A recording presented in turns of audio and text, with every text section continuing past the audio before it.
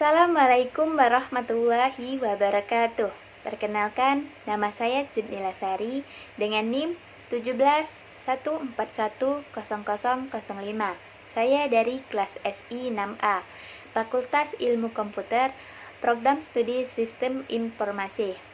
Pada kesempatan kali ini, saya akan membuat video untuk memenuhi tugas pada mata kuliah Perencanaan Strategi SI. Baiklah, untuk mempersingkat waktu, saya akan langsung menjelaskan materi yang akan saya sampaikan pada video kali ini. Menentukan strategi bisnis sistem informasi. Melalui analisis mendalam tentang lingkungan bisnis dan strategi bisnis, serta pemeriksaan peran informasi dan sistem dapat memenuhi dalam bisnis. Seperangkat persyaratan yang diketahui dan peluang potensial dapat diidentifikasi. Kemudian, dan opsi ini akan dihasilkan dari tekanan bisnis, strategi bisnis, dan organisasi dari berbagai kegiatan, sumber daya dan orang-orang dalam organisasi. Kebutuhan dan hubungan informasi kemudian dapat diubah menjadi persyaratan sistem dan organisasi data dan informasi yang sesuai dengan sumber daya. Teknik perencanaan strategi dan hubungan mereka. Di sini ada 4. Yang pertama, lingkungan bisnis eksternal. Yang kedua, lingkungan SI atau TI eksternal. Yang ketiga, lingkungan bisnis internal. Dan yang terakhir, lingkungan SI atau TI internal dan aplikasi saat ini portofolio. Kerangka kerja dalam alat dan teknik yang bisa digunakan secara efektif. Akan lebih mudah jika metodologi atau terstruktur dapat diulang, proses dapat diusulkan, tetapi ini tidak realistis, mengingat kebutuhan secara bersamaan untuk menghubungkan situasi yang ada dengan persyaratan dan ide. Namun, kerangka kerja di mana berbagai konsep dapat digunakan secara lebih efektif, bukan sebagai teknik yang terisolasi. Sangat penting jika tekad strategi sistem bisnis menjadi tugas yang dapat dikelola.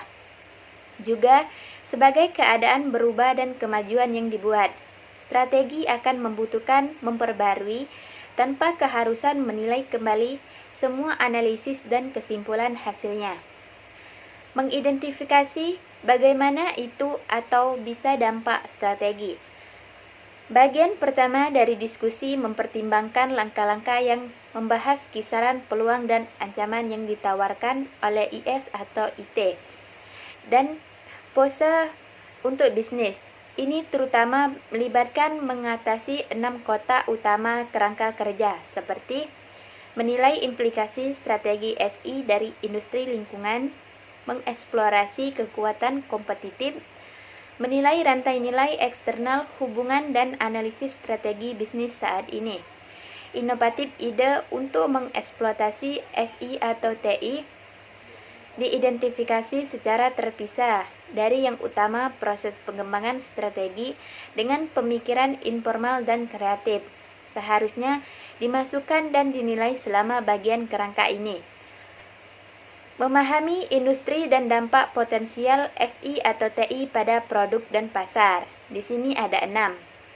Yang pertama, unit bisnis dan hubungan mereka satu sama lain dan dengan badan perusahaan.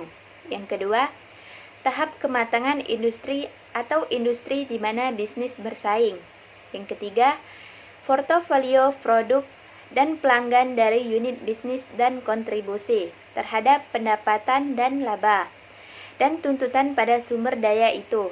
Setiap kelompok membuat produk atau pasar.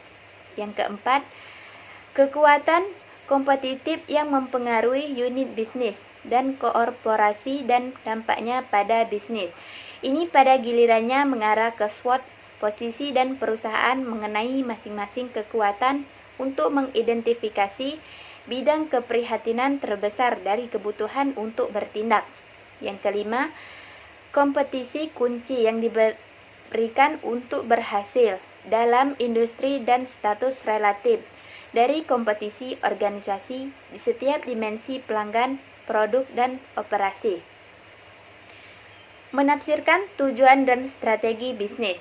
Di sini ada 4. Yang pertama, Apa yang mungkin dilakukan organisasi berdasarkan lingkungan di dalamnya yang beroperasi atau dengan pindah ke lingkungan yang baru.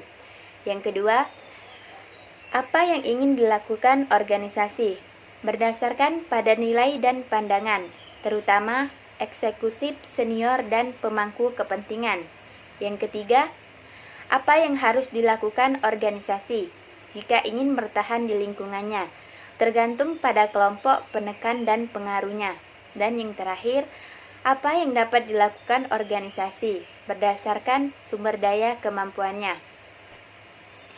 Menganalisis rantai nilai industri dan arus informasi. Rantai nilai industri secara efektif merupakan aliran informasi tingkat model yang dapat menunjukkan peran yang dimainkan informasi dalam menentukan kinerja industri secara keseluruhan dan cara penggunaannya pemasok, pelanggan, dan pesaing untuk mempengaruhi pencapaian potensial strategi perusahaan.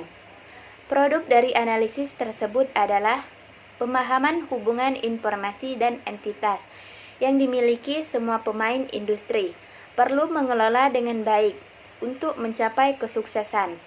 Ini pada gilirannya bisa mengarah pada perpanjangan persyaratan SI dan berpotensi baru atau tujuan yang dimodifikasi. Menentukan faktor sukses kritis. Analisis Critical Success Factor atau CSF telah menjadi alat yang paling umum digunakan dalam perangkat strategi SI dan alatnya. Nilai meningkatkan jika digunakan bersama dengan balance scorecard. Establishing prioritas relatif untuk investasi IS atau IT. Di sini ada 4. Yang pertama, menganalisis rantai nilai internal dan hubungan organisasi. Yang kedua, identifikasi proses dan kegiatan bisnis penting. Yang ketiga, penilaian opsi baru untuk investasi. Dan yang terakhir, menentukan portofolio aplikasi pada masa depan atau masa yang akan mendatang. Sekian presentasi yang dapat saya sampaikan. Apabila ada kata salah dalam penyampaian presentasi ini, saya mohon maaf karena keterbatasan ilmu yang saya miliki. Saya akhiri. Wabillahi taufiq wal hidayah. Wassalamualaikum warahmatullahi wabarakatuh.